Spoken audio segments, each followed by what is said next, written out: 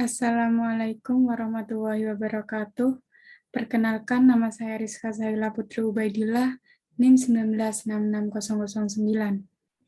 Mempersingkat waktu, di sini saya akan mempresentasikan tentang 10 prinsip fikih arsitektur Mabadi'ul al-Ashrafli Fikih al-Imroti.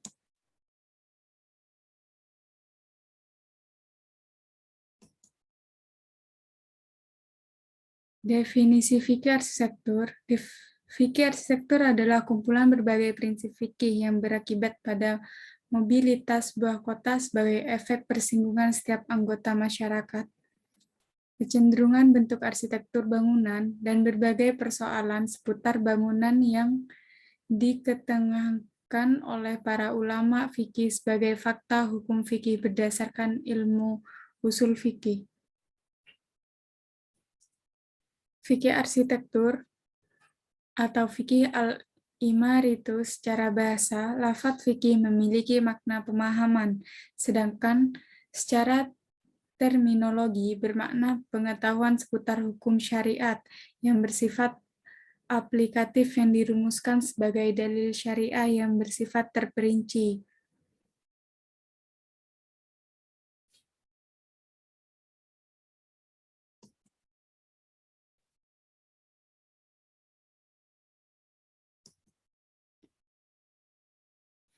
Ruang lingkup kajian fikih arsitektur. Kajian fikih arsitektur adalah integrasi kajian fikih dengan kajian arsitektur dan bangunan. Terdapat beberapa ruang lingkup dalam kajian fikih arsitektur. Yang pertama, hukum fikih bangunan. Yang kedua, metodologi. Ketiga, sumber. 4, fikih lingkungan. 5, fikih bertetanggaan. 6, fikih dinding. 7, fikih jalan. 8, fikih bumi. 9, fikih seni. 10, fikih pembangunan fasilitas ekonomi. 11, fikih rumah. 12, fikih masjid. Dan 13, fikih perencanaan kota.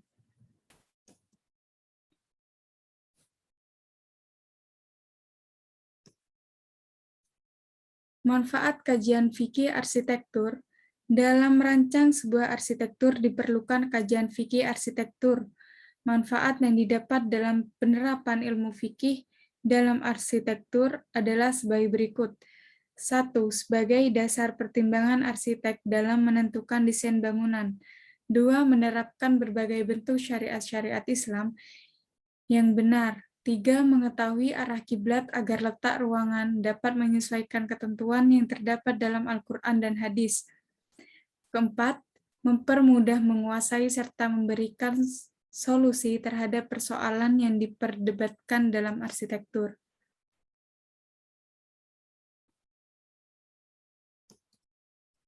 Perbandingan dan hubungan fikih arsitektur dengan ilmu lain.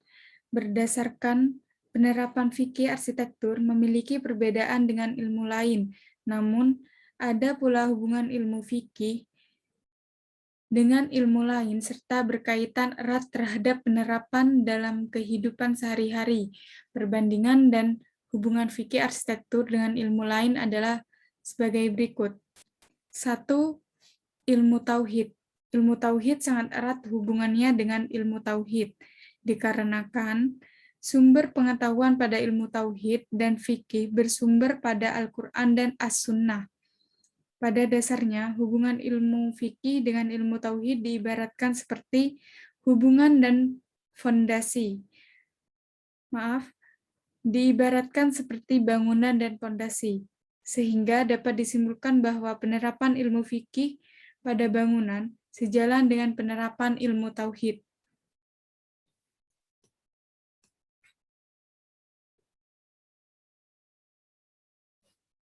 Dan yang kedua, ilmu akhlak.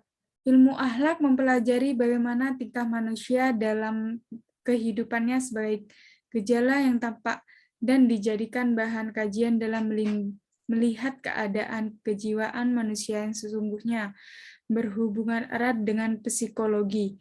Ilmu akhlak sangat penting bagi pendidikan karakter seorang arsitek dalam berhubungan antara manusia dengan manusia lain.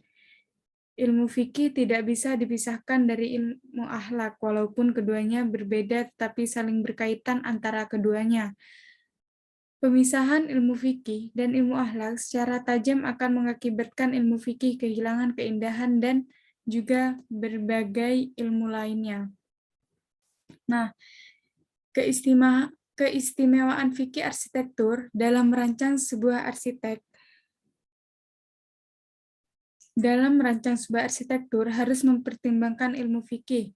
Seorang arsitek yang mempertimbangkan ilmu fikih dalam penerapan desainnya dapat dikatakan bahwa arsitek tersebut telah menunjukkan ketetapan terhadap Allah Subhanahu wa taala. Karena dalam mendesain tidak hanya memerlukan keindahan, tetapi juga keridhaan dari Allah Subhanahu wa taala. Seorang arsitek Islam harus bisa mempertimbangkan antara kebutuhan dalam dan manusia. Contohnya, mengganti ruang yang diambil dengan menanam pohon atau sedekah lingkungan hidup yang lainnya. Dikarenakan di dalam bangunan, seorang arsitek perlu menunjukkan dua hal. Yang pertama, ruang internal harus menunjukkan kebesaran, kekuasaan, keagungan, serta kualitas lain dari Tuhan. Dan yang kedua, ruang internal tersebut menunjukkan kelemahan, ketergantungan, dan bentuk kecilnya manusia di hadapan Tuhannya.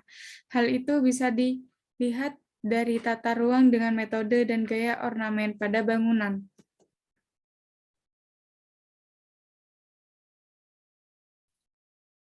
Prinsip fikih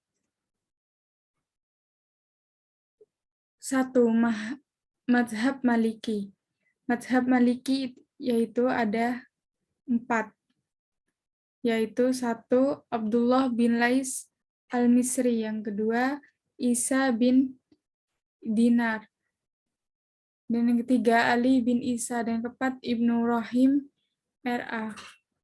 Dan yang kedua Madhab Hanafi, 1. Marja Takofi,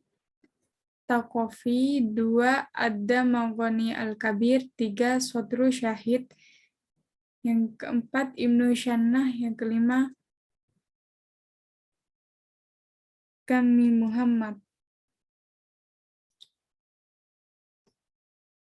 Nah, sebutan resmi fikih arsitektur yaitu sebutan resmi bagi disiplin keilmuan fikih ini dibagi menjadi 2, yaitu arsitektur fikih, arsitektur fiqhul al-roti, dan fikih bangunan.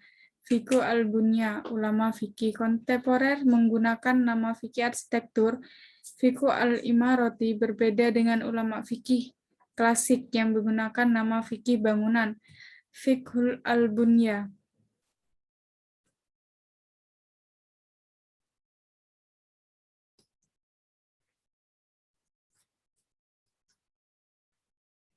Sumber pengambilan kajian fikih arsitektur.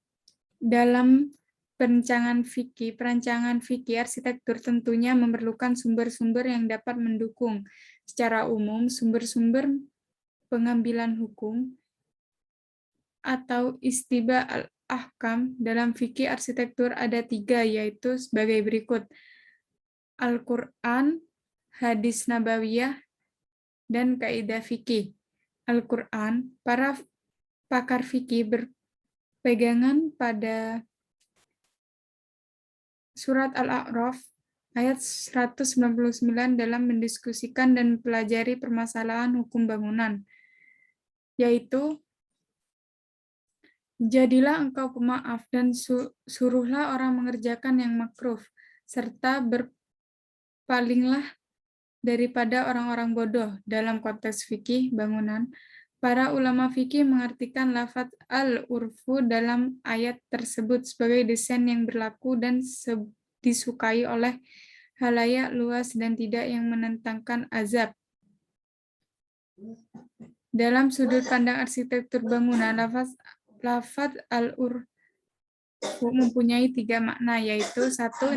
Interpretasi yang dimaksud oleh pakar fikih dalam memunculkan setiap hukum yang tidak benar dalam kitab suci dan nabawi. 2. pemaknaan kedua, al-urfu ini lebih banyak pengaruhnya terhadap model sebuah kota dalam Islam. Makna tersebut diartikan sebagai pengakuan syariat terhadap norma yang berlaku di antara tangga dalam menentukan batas kepemilikan dan hak. Dan yang ketiga, pola struktur bangunan pemakaman ketiga perihal al-urfu inilah yang paling berpengaruh pada lingkungan perkotaan ketika suatu masyarakat menggunakan metode serupa terus-menerus dalam membangun suatu bangunan karena adanya suatu tradisi dalam membangun atau terdapat pola khusus. Dan yang kedua, poin hadis Nabawi. Hadis Nabawi yang dijadikan sebagai pedoman oleh para ahli fikih dalam konteks hukum seputar bangunan adalah sebagai berikut, yaitu diriwayatkan dari Ubadah bin Swamit bahwasannya Rasulullah SAW telah memutuskan tidak boleh ada kemanfaatan pribadi, namun membayangkan orang bisa sebagaimana larangan membayangkan orang lain, walaupun unsur kemanfaatan bagi pelaku. Dan yang ketiga, poin kaidah fikih. Menurut Murabbi, dalam konteks arsitektur, ada dua kaidah fikih yang paling berperan dijadikan landasan hukum oleh para ahli fikih, yaitu yang pertama, la dororo wala diroro, dianalisi landasan normatif dan diinterpretasikan secara terminologis. Kaidah la dororo wala diroro secara redaksional berasal dari hadis Rasulullah SAW yang secara aplikatif dijadikan dalil oleh para ulama fikih untuk menjawab berbagai permasalahan kontemporer yang tidak memiliki landasan tertulis dan Al-Quran dan Al-Hadis. Kedua, secara garis besar terma ad-daruru menurut pakar fikih berbagi dalam tiga makna, yaitu antonim manfaat, mendatangkan kerusakan pada orang lain, dan pengurangan satu hak.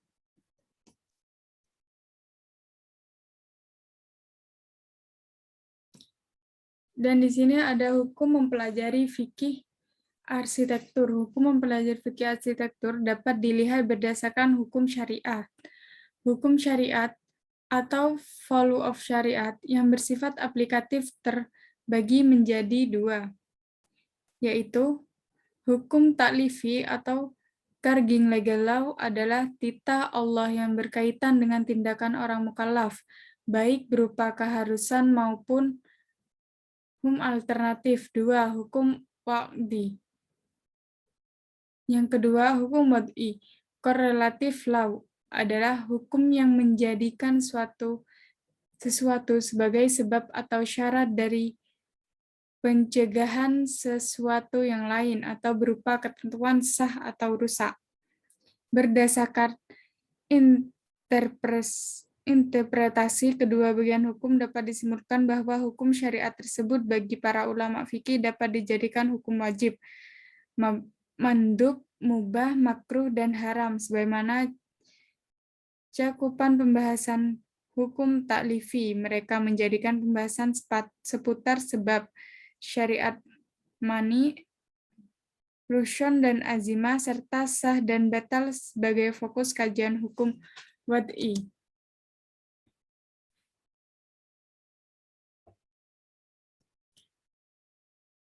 Pokok masalah yang dalam fikih arsitektur, yaitu pokok air untuk bersuci. Dalam sebuah hadis yang diriwayatkan oleh Ibnu Kuzaiman, Al-Hakim dan Ibnu Hibam disebut bahwa apabila air itu telah mencapai 2 kullah, maka ia tidak menangguh kotoran, dalam lafaz lain tidak najis. 2 kullah sebagai angka minimal volume air tersebut yang dapat dipakai untuk bersuci. Jika dihitung dengan satuan liter, 2 kullah menurut Al-Quran setara dengan 174,580 liter, dan berbagai pendapat lain yang berbeda. Yang kedua, toilet. Dalam toilet, sebuah hadis yang diriwayatkan oleh Muttafaq alaihi dan lafadznya milik Muslim, Rasulullah SAW bersabda, "Janganlah sekali-kali salah seorang kamu menyentuh kemaluannya dengan tangan kanannya saat sedang kencing. Jangan pula membersihkan bekas kotorannya dengan tangan kanan, dan juga jangan bernafas dalam tempat air." Hadis tersebut menjelaskan tentang panduan bagi seorang muslim dalam membersihkan diri istinja. Kemudian pada desain fasilitas adalah terkait penataan peletakan posisi toilet atau kakus terhadap sumber air untuk membersihkan hadas. Peletakan posisi wadah air di sebelah kanan sehingga memudahkan aktivitas dalam mengambil air. Dalam penataannya juga mempertimbangkan agar pengguna tidak berisiko timbul cedera otot atau serta menunjang kenyamanan dan profesional dalam aktivitas. Posisi toilet tidak boleh menghadap dan membelakangi kiblat, seperti yang sudah diriwayatkan oleh Bukhari dan Muslim yang berbunyi, janganlah menghadap atau membelakangi kiblat ketika buang air besar atau buang air kecil. Dan yang ketiga, fasilitas wudhu. Fasilitas wudhu merupakan variasi rancangan berdasarkan demografi, geografi, etnografi, hingga sosiologi karena melibatkan unsur air dalam praktiknya. Menyediakan area wudhu yang aman, nyaman, dan sehat bagi penggunanya memerlukan usaha perancangan yang sangat mendetail. Tantangan yang harus dihadapi saat mendesain adalah penentuan lokasi area wudhu terhadap layout masjid secara keseluruhan.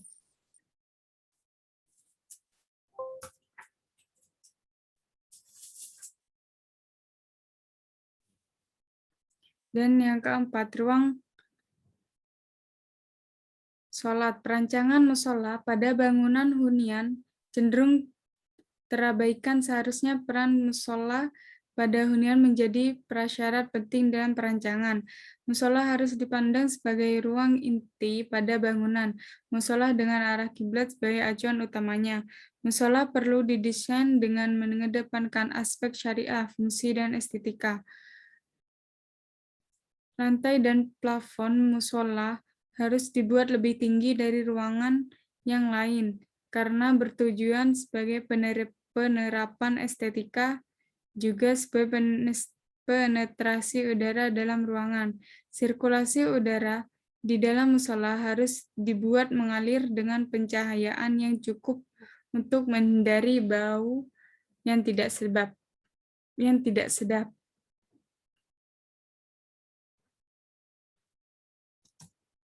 Dan sekian presentasi dari saya. Bila ada salah kata, mohon dimaafkan. Assalamualaikum warahmatullahi wabarakatuh.